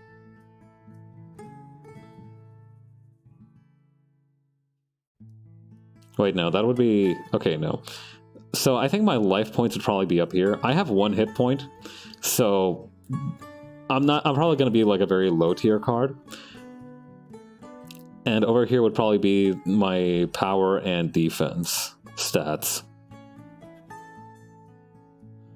I think my defense would be like 3, and my power would be like 2. I'm not gonna lie, guys. I wasn't built for fighting. Rise of Man is a different story, but Pabs is not built for like violence. Besides, these are supposed to be like business cards, right? So like, you know, you would have like a picture or like a caricature of you. And so I guess your official title would probably go around here. So staff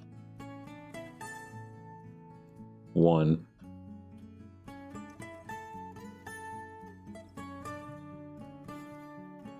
There we go. I gotta say, Yu-Gi-Oh! Flavor text is some of the best that I've read. Magic the Gathering cards have really good flavor text too, but I really like I remember the Yu-Gi-Oh! Flavor text more than anything, because I collected more Yu-Gi-Oh! Cards as a kid than any other kind of trading card.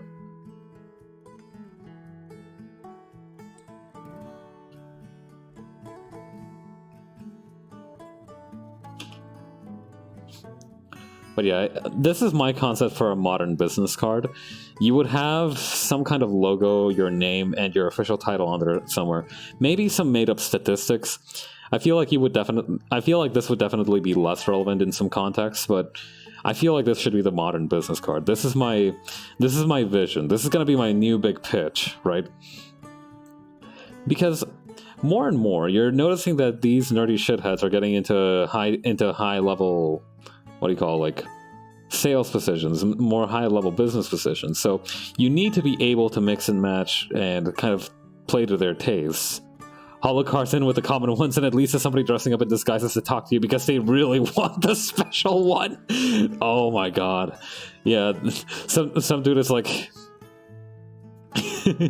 yeah, some dude is like, no, I am... Who, me? I am definitely not the guy that has approached you 6 different times. Now give me another booster pack. Yeah, the Pabst Holofoil booster pack. It would lead to such a different spin on the fucking American Psycho business card scene. Like, it would be like, look at that tasteful kerning. The tax stats are beautiful. My god, it's even holofoil. I do remember I had a Yu-Gi-Oh card that was like a first edition card. I wonder what happened to that. It's probably gone now. I didn't really keep a lot of my trading cards from when I was a kid. That American Psycho scene would feel totally different. Yeah, some douchebag just pulls out a Black Lotus just to flex on everybody else. And you just know he bought it off of eBay for like $6 million or something. Okay, worksheet. What else we got? Smithson. Seal. I don't think we could use a seal. Oh, maybe a ruler or something. Rubber band. Or a male rubber band. Presentation. Postal stationery, that's not really my thing. A paperclip? What about... PG folder. Alright, needle card. What's this one about? Okay, Smithson. Why do we have this open? I should drink some water.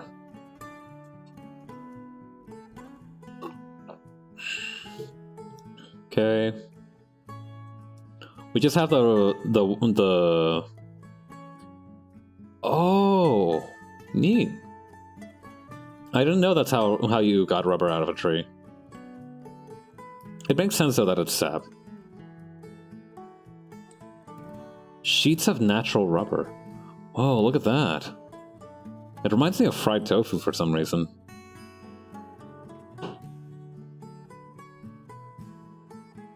Torn latex rubber dry suit wrist seal.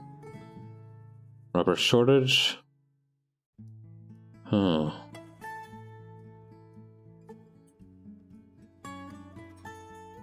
Let's take a look at this peachy folder thing. An American stationery item that achieved popularity in the second half of the 20th century. It is commonly used by students for storing school papers. It was originally produced in a peach yellow tone. Manufactured in 1943 by the Western Tablet and Stationery Company of Kalamazoo, Michigan. That's not a real place. Kalamazoo is... There's no way there's a fucking place called Holy shit, it's real. Where's the name come from? Oh, it's a Potawatomi word. Oh, okay, named for this river. I see. Neat. Yeah. I know that looking at the etymology for like the indigenous names for places is a bit of a hit and miss because sometimes it's just called like Big River Place, but other times it's got like very profound meanings. I mean, I guess that's true of any place, right? Yeah, most places are just named after some dude. In the English language, at least. Let's see here. But yeah, this gives me an idea. Let me grab this real quick. So maybe instead of having this lined paper, potentially what we could have instead is flip this around. Something like this. Yes, no, maybe. I think what we might want then is actually to flip this thing upside down so that the ruled line is at the bottom here.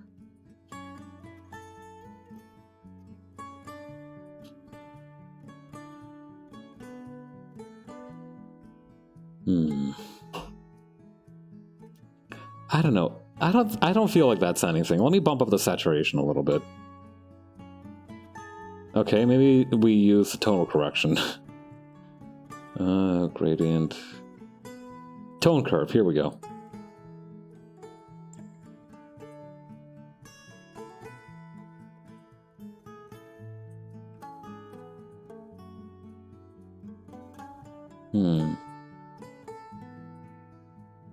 Yeah, no, there's no way to fix this one. I think just leaving it where it was before is probably the best thing we can do. I still had the Wikipedia tab open, never mind. I did some stuff with the PG folder in the VTuber space. It's not doing much for me. It's not doing anything that the, the line paper wasn't already doing for me. Let's see what else we got. Edge notch cards or edge punch cards are a system used to store a small amount of binary or logical data. Actually. Hang on, we might be onto something here. Let me just borrow this guy's identity for a second. Let's do identity fraud for maybe just 1 minute. Alright, hang on. We do a little identity theft here.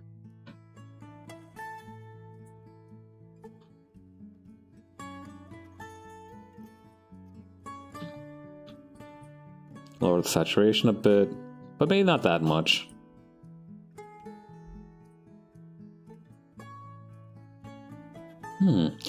Oh, actually, you know what might be kind of nice here? Some kind of stamp. Maybe like a postage stamp kind of thing. Oh my god, I just realized. So all the way back in, I think, friggin', what was it? Like November? No, it was earlier than that. I think September sometime. I think sometime in September, I had to mail something out. No, it was way before September. It must have been like March. A little while ago, right? I had to mail something out, and I got myself some postage stamps, and the guy at the working the counter asked me, hey, do you want any specific design on these? And, you know, being the type of guy who doesn't normally mail stuff, I was a little worried about, like, getting too fancy with it. So I was like, no, just pull out whichever ones you have. And he's like, okay. The dude gives me a 6-pack of postage stamps with the now late Queen Elizabeth's face on them. And I am wondering now, would there be any chance that I could get something for those stamps now that she has moved on?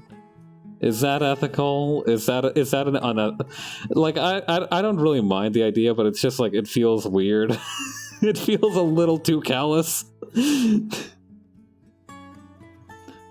I'm not sure. What's the stance on this? what's like my moral imperative here? It would definitely be kind of funny. It's ethical. It's like baseball cards. That's true. That is true. I've heard, it is kind of like a baseball cards if you think about it. Alright, well, my conscience is solved. Now let's see if I can actually get anything out of them from eBay. Anything for them from eBay. You're providing something that somebody desires more than you. That's a good way of looking at it.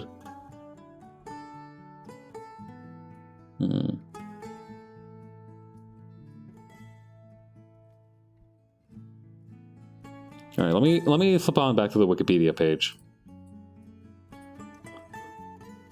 Oh, right, I need to look at the postage stamp. Stamped envelope. Okay, what's here? Shitakai... Shitakajiki. It's a Japanese word for various types of materials placed under a sheet of paper for writing. Oh, that might be nice. Pilot pen. Pentel. Namiki. Kuretake. Most of these are brands, surprisingly enough. Okay, these are those papers that are essentially made for writing essays in katakana. Index cards. No, that's not quite right. Hipster PDA? Hang on, what's going on here? A paper-based personal organizer popularized by Merlin Mann in 2004. No. Okay.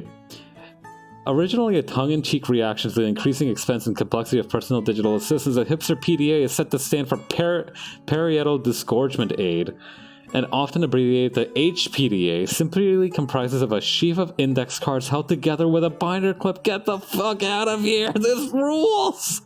The HPDA came following widespread coverage in the media and blogs. The HPDA became a popular personal management tool, particularly with the followers of David Allen's Getting Things Done methodology. No. I will say that I do enjoy. Weirdly enough, it is very hip. Like I do actually like this idea. I enjoy using paper more than I enjoy using, like, I don't know. I'm a weird guy. I like having access to both digital and paper. I work best with a combination. But this is actually really appealing to me. Like this idea. I don't know. It feels more portable than like having a notepad. Oh, pencil board. Here we go. Okay, stamped envelope. Boss Indicum and postal stationery. And more wrapper. Come on, where's the stamp? Imprinted. Okay, no.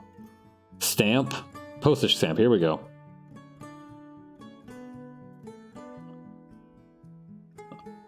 The main components of a stamp: the image, the perforations, the denomination, and the country name.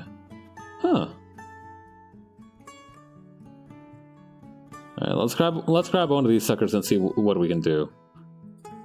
Red mercury, huh? Alright, big man, let's see what you got. Oh wait, but it doesn't have any of the cool, like, perforation marks. Eh.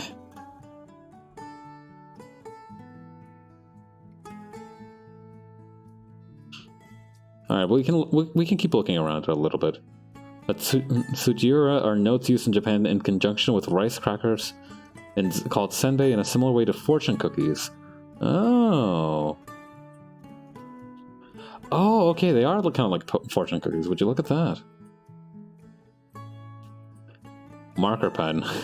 I don't know why I opened this one. Whiteboard marker on a clapperboard.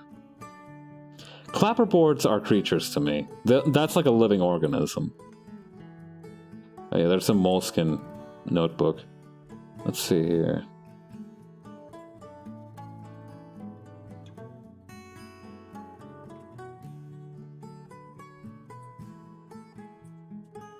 Alright, let's keep looking at some other ones. Alright. Uncooked.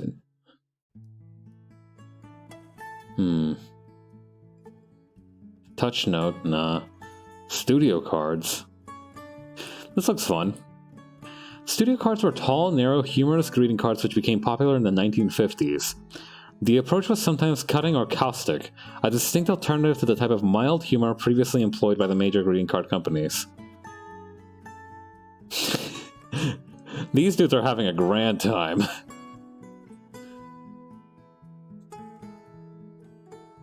Here's the secret of eternal youth. Lie about your age.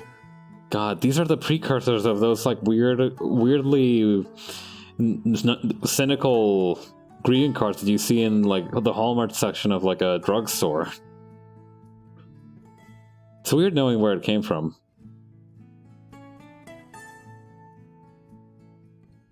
Alright, got wild card, Hallmark cards. I feel like we need to bring back like a get well card. You know, just like a casual get well card. There needs to be like some kind of way to make like a get well card or like a greeting card or something that is easily accessible by a lot of different people, because I feel like it's a nice way of showing that people are welcome, or like that people want to give you sentiments.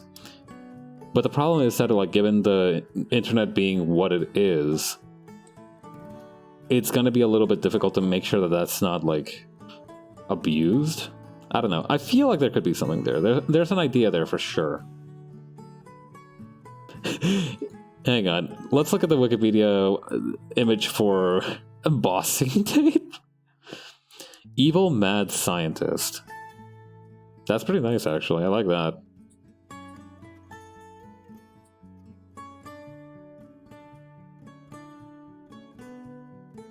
Compliment slip. I love learning about this, like, outdated stuff. I don't know.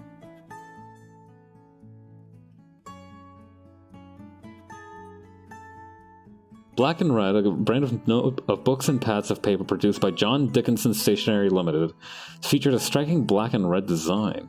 Oh. The front and back covers of such books are black with the text black and red written red on the bottom right corner of the cover. The spine or bind is also red. Huh.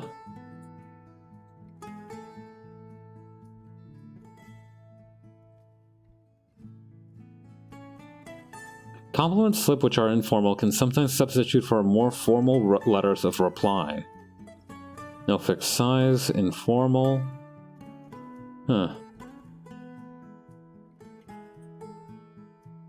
Letter etiquette is something that is so fascinating, but I think we've just lost.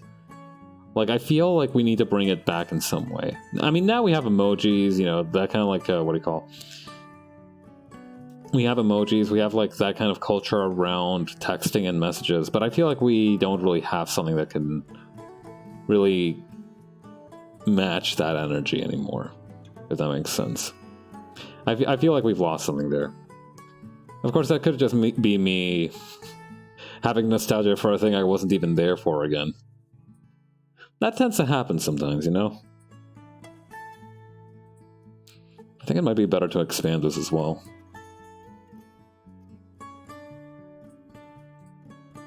We'd actually have to put this over the part here.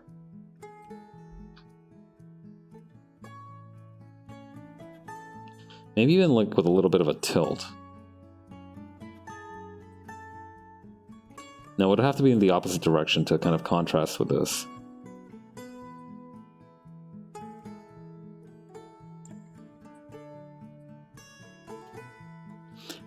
Maybe I'm just overthinking this. I might be... You know, I enjoy having this. I'm a maximalist by nature, but sometimes I gotta scale it back a little bit. I gotta walk it back just a little.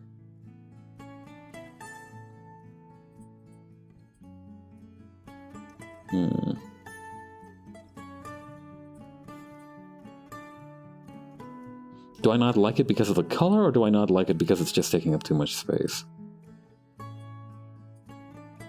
The Beast's Dilemma.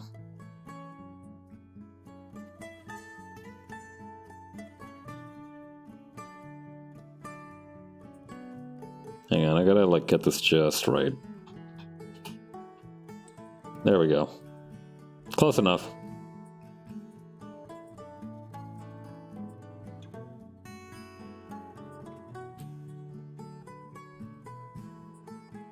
But yeah, punch cards, huh?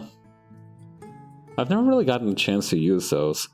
Every place that I could have used punch cards has either transferred to a virtual thing or, I don't know, something else. Or just not tracking stuff at all. Oh, maybe I can go over this thing. Ooh, dangerous proposition, but I'm interested. I am interested a little bit in what this could look like.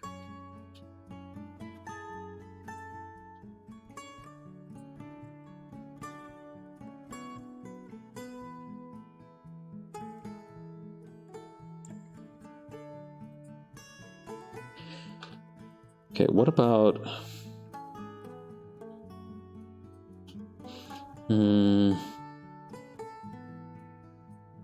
This might be like the ideal spot for it, but just a little lower, just a touch lower.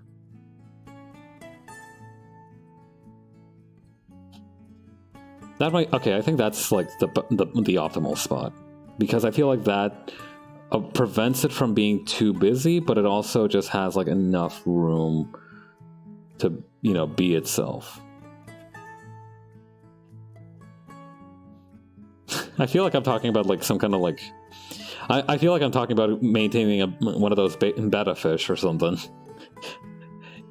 Yeah, to properly take care of your punch card, you need to make sure that it has a nice, clean habitat. It has a nice, proper cycling of oxygen. You know, you can't change the water too frequently, or else the fish will get stressed out. Yeah, I used to. My mom used to take care of this goldfish. I would say we had a goldfish, but like, it wasn't really ours. Yeah, we used to have this like this big doofy goldfish, which we used to call Elvis, because it had like a big like thing on its head right here. Like, to give you an idea, so this was the fish. This was like the back fin. This was this is the top fin, and this is the bottom fin, and it just had like the weirdest like bump in the front of his head. So we called him Elvis because it looked like an Elvis pompadour. Rhino. That could have been another good name for the little guy. Yeah, unfortunately, as many fish do, he kind of passed on and left us behind. But I'm sure he's in a much better place now.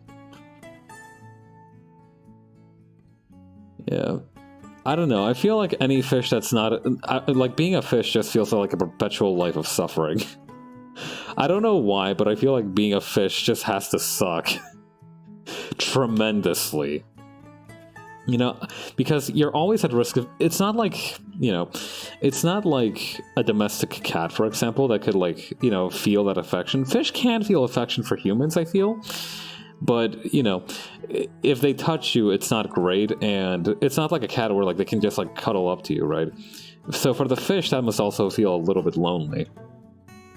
And, like, if you're not domesticated as a fish, that just means you're either in the ocean or at a lake.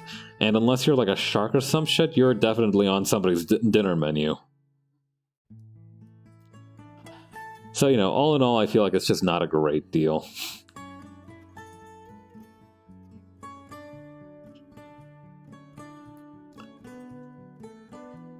I don't know, that's just my opinion. Maybe some people think that it's awesome to be a fish. They're living their truth, and I gotta live mine. So many species to be born with, and so much abilities to have such a flight or being smart, living a long time or enjoying life, and instead you just become a fish. God. Yeah. I remember reading... I was a kid, right? And I read this book that was originally in German, but it was translated to Spanish for some reason, called La Bendita Karma. And I love to read it because I thought it was a very funny book. Even being a whale sucks, right? And they have pelvises. That's like step one to having a great life. Anyway, this book called La Bendita Karma was, which, you know, loosely translates to fucking karma or something like that, you know, like damnable karma, was about this lady who dies and reincarnates first as an ant. She has a lot of different reincarnation cycles, but eventually she reincarnates as a human. I don't think it ever covered reincarnating as a fish. I think she reincarnated as a guinea pig one time, but she never reincarnated as a fish. And I always thought that was a little funny. Like, that would have sucked. I feel like between being reincarnated in an ant and being reincarnated as a fish, I would rather get reincarnated as an ant. That's how much I feel like being a fish would absolutely suck ass.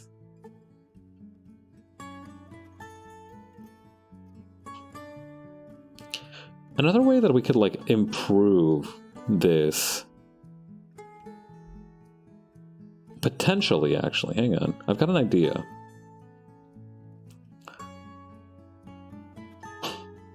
At least as an ant, you could be in an ant farm and eat tasty snacks, right?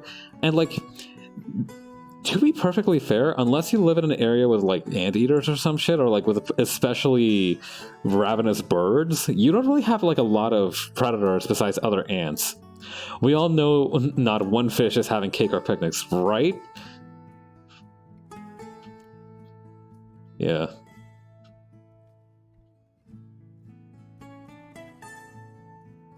Ugh. Humans are also formidable predators. I mean, yes, but like, you know, unless they're like children, right? Not a lot of people like will look at an ant and go like, "Oh God, an ant," and try to squish you, right? Like, unless you're in their homes, you're pretty clear. You know, your biggest obstacle in life is gonna be other ants.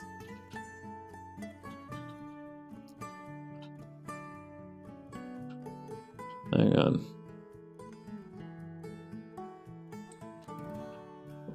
I mean, I don't know much about ant life. You know, I don't know about that ant life. I don't know I don't know what kind of predators ants have to contend with on a regular basis. But I feel like your main concern is going to be other ants. You hear about ants having wars, but like you don't hear about like, you know, unless you're unlucky enough to live in an area where anteaters naturally spawn. I feel like you're not going to be that. You're not going to need to worry too much about like, you know, predators.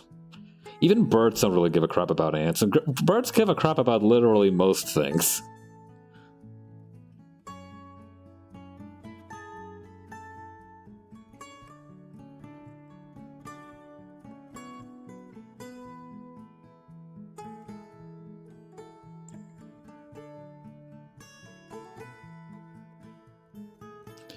We can have something like that there. They have some insect predators, but ants are mostly chilling. Yeah, right? They're just making a little pile. They're making a little nest. They're just living their best lives. I can respect that as a human being.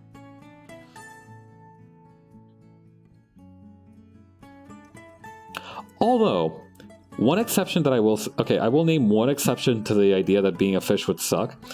And, you know, I'm not saying that being respawned as a marine mammal would suck in all situations, because it would be pretty fucking sweet to be a crab. I'm gonna say that it's gonna be pretty sweet to be a crab. It's like... I feel like out of all the marine animals that you could be reborn as, crabs have the... Secondary to maybe dolphins, crabs have the best deal. For dolphins, you just need to do some sick flips, and... Being a crab would suck? No. Hear me out. Alright. As a crab, first of all, pincer claw. Naturally badass, alright? Pincer claw, pretty nice. Second of all, immortal. Ending up in the supermarket with your hands tied. That would suck, yes, but that is you just need to stay away from humans. Assuming that in this scenario, right? Assuming in this kind of cosmology that we're building up here for the sake of this argument, right? You, as a human, get reincarnated as some creature on Earth, right? Fish sucks. We've established this. It would suck to be reincarnated as a fish. However, because you would have all your memories of a human, right? This is what I'm assuming. This is my assumptions going into this argument. If these assumptions are not what are being, you know, if these assumptions are to be changed, so saying like we don't get our memories back, then yeah, being a crab, not that great. You know, not that great. But almost every single way to die as a crab is painful. Then just don't die.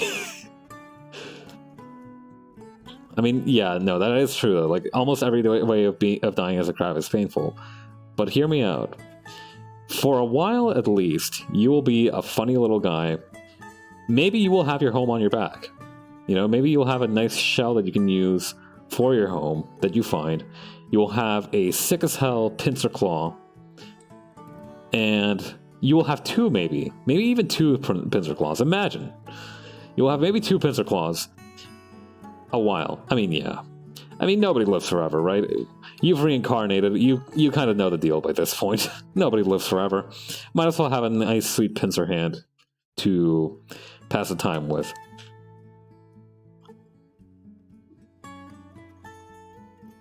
At the very least, this is my argument.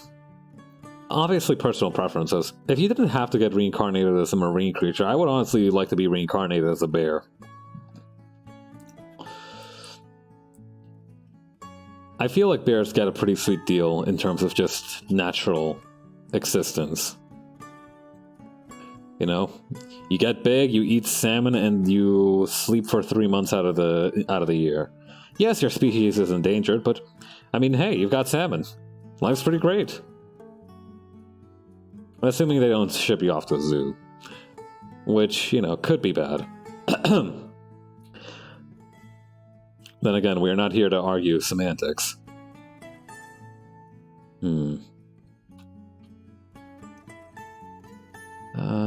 Should I make this even bigger?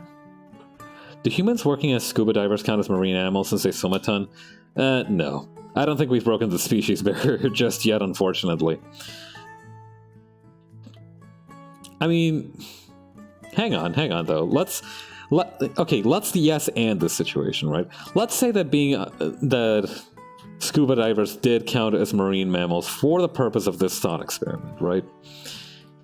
That would mean that when you get reincarnated, there's two options, all right? So there's you're dead, and you get to become a scuba diver in your next life. Actually, having a halo here would be a little bit inappropriate, since I don't think since reincarnation is not a part of any major Christian sect, as far as I'm aware. Do you think being a stingray or other creature in an aquarium touchable would be fun or unfun? I think that would be up to your temperament and like what the kind of visitors you get. You're gonna get bad days for sure. The thing is, being an animal with any kind of responsibility is just not going to be for me. So I feel like stingrays in an aquarium should be employed in some way. They should be able to file tax returns.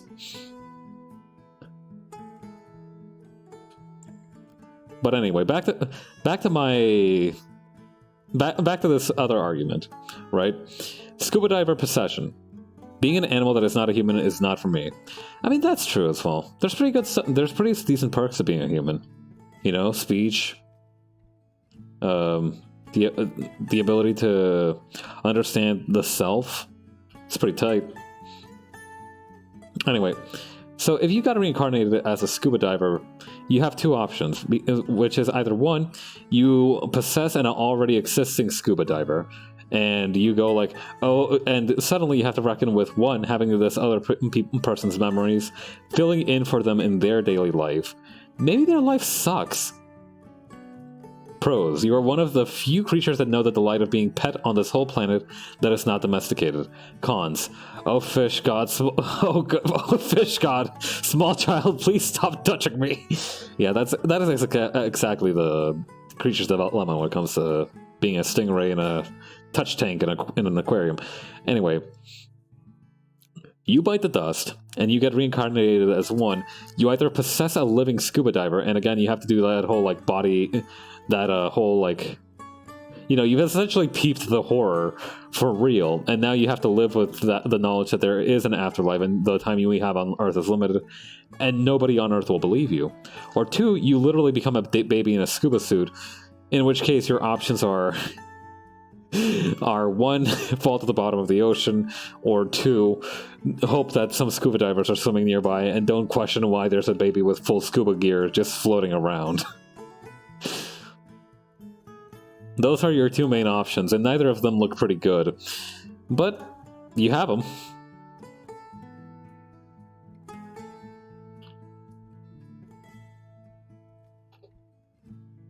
A compromise is to be an Among Us imposter, copy a random scuba diver. You're granted this life just like an Among Us. Sounds good to me? Well, hey. Well then, congratulations.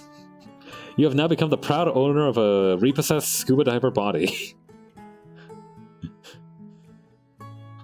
Yeah, secondhand corpse is not a phrase you want to hear in general, but especially not when you're being reincarnated. You figure that, like, in those isekai stories, they ever put, like, mileage on those things? Like, if you got the choice to pick who you got to reincarnate as, you would be like, yeah, this body's pretty good. You know, middling athletic ability, but he's barely got 10,000 miles. And then you're like, nah, I'm looking for a dude with a little bit more mileage. I know you're gonna undercut me on otherwise.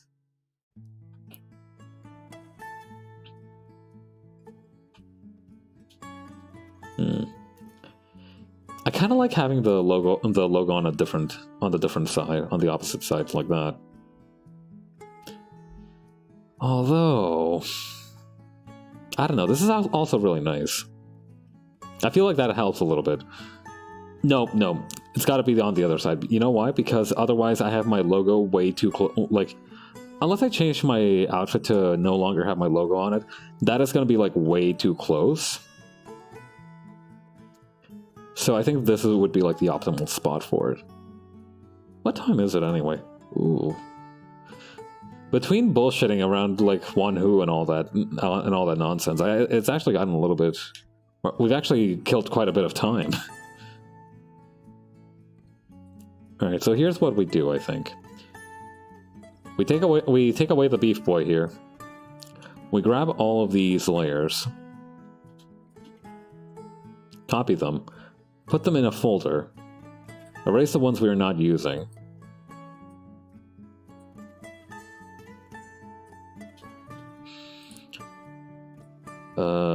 Including this one. Merge that down. And now we're going to apply some tonal corrections to it. The weird thing is that I feel like it almost kind of works to have this I feel like it's more appropriate that it looks like clunky and garbage fiery than to have it be like neat and tidy. I feel like that fits my like personality a little more. Like, not saying that I'm sloppy, but I am saying that it doesn't suit me to have like weird like gradients and all that kind of stuff. Right? I'm a little bit more rough around the edges to some extent.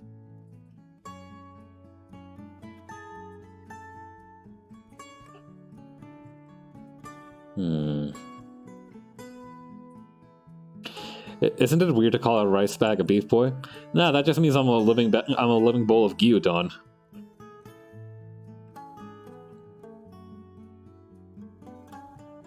Man, I could go for some gyudon right now. There used to be a place near where I lived in high school that opened for like 2 months before I graduated, and it did gyudon bowls, and it was so good. Oh, I miss that place.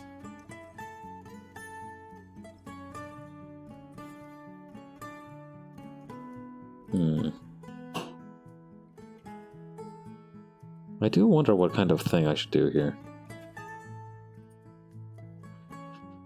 Sunset Purple has always been like a consistent good call. But it's a little bit of a conflict, right? When you find something that just works consistently, or like has a color that you really like, because then you're worried that you're becoming like dependent on it, right? I don't know if that's just me. I feel like that's a weird fear to have, but like I feel like, oh, that's actually kind of nice. Huh. All right, let's try a couple more though. A couple more blending nodes to see how this can play out. Oh, this is kind of nice.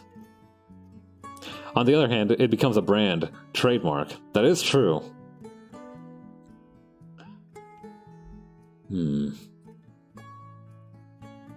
Yeah, exactly. Like that, there are benefits and negatives to being consistent because, you know, consistency is good because it provides like a brand. But on the other hand, it's very difficult to go from being consistent to being predictable. Like it's very difficult to kind of keep that balance. Me and you, pink plus green with purple sunset.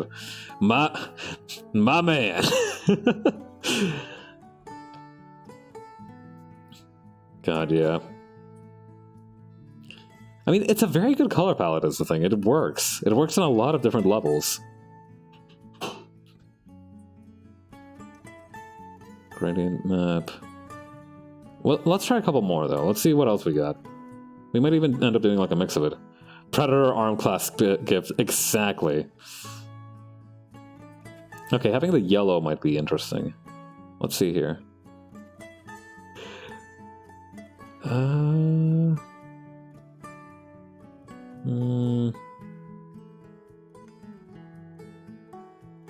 Oh, this is interesting.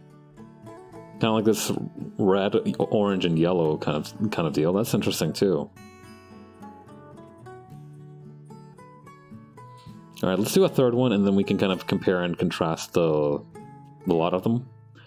All right, let's see. What would be good for the last one?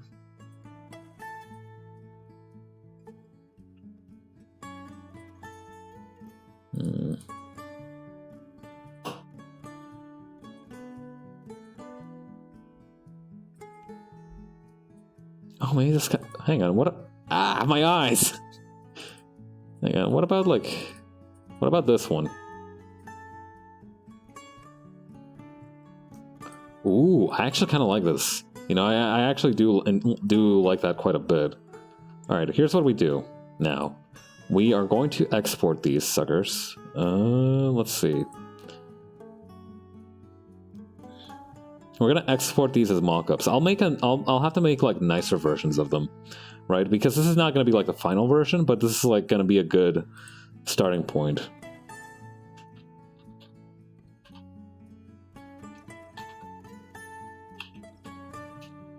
Okay, 30% should be good. 30% export.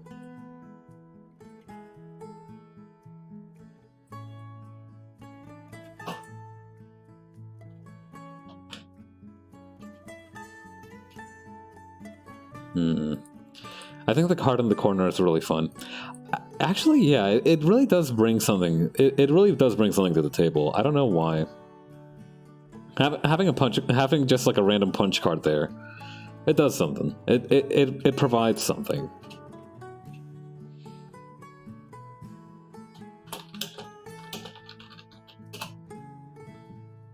Okay. All right, let's drop these guys in here and see what we can do.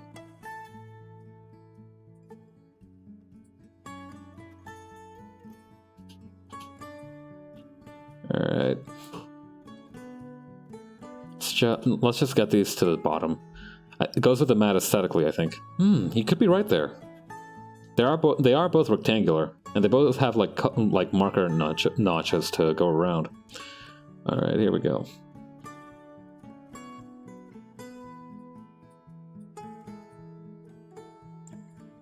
Okay, should I like turn off the...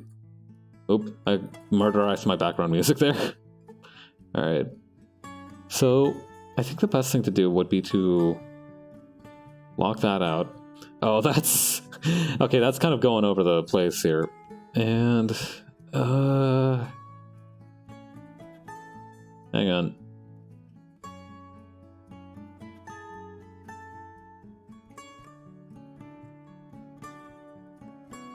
Okay. This is a little cramped, actually. I'm starting to find this to be a little bit cramped.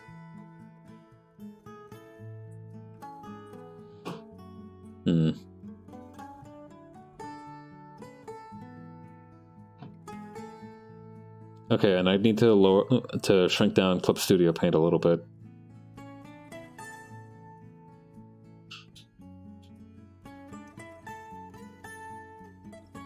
I need to get like something else in here to kind of compensate for this.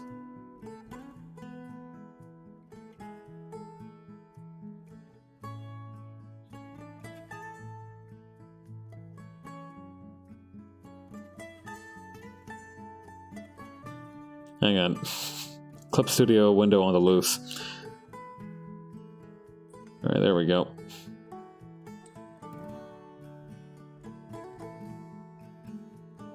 Flirting with the elements, mildly going over the sides of the clip, the window might alleviate the feeling of a little. Oh. Hang on. Yeah, hang on. It might be right there. I mean, I would have to arrange that afterwards, is the thing.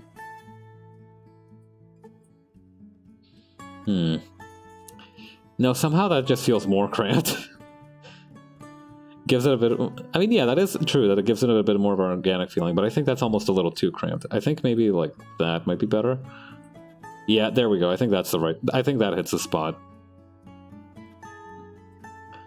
But I think, in general, it just need... Okay, I think we do need to... Hang on, I'll make some notes here on the document. Needs to have more room for a window. Push everything back plus smaller. Okay. Now let's actually test out the different ones here. Okay, the red with the orange, I'm not a fan of. I'm not... It's a nice color combination, but I don't like how this looks. Okay. I actually kind of like this darker one more. I do actually like that a little bit more. I think if I changed some of the colors here, it would definitely pop out a little bit better. This is nice. Like this is good. I feel like it's very organic, but I'll have to figure out some more. But I think for now that's enough progress for one day. All right, let's head on. Let's see who all we can raid. Who all is streaming right now? Ugh. Man, trying to work on art stuff, trying to brain together art stuff for stuff like this. Oh shit! Whoa, thank you for the follow. All right, who all is streaming right now? Oh, Mocha's playing some Arknights. Let's go say hi. Hang on. I swear to God, I forget how to navigate Twitch every single time I join the... Every time I go onto the website. Alright, well, in the meantime, thank you very much for your time today. That sounded so weird. That felt like I was concluding a meeting. Alright, thank you all for stopping by. I really appreciate it. Tomorrow I'll be playing some more Hades, and I will see you all later. Bye.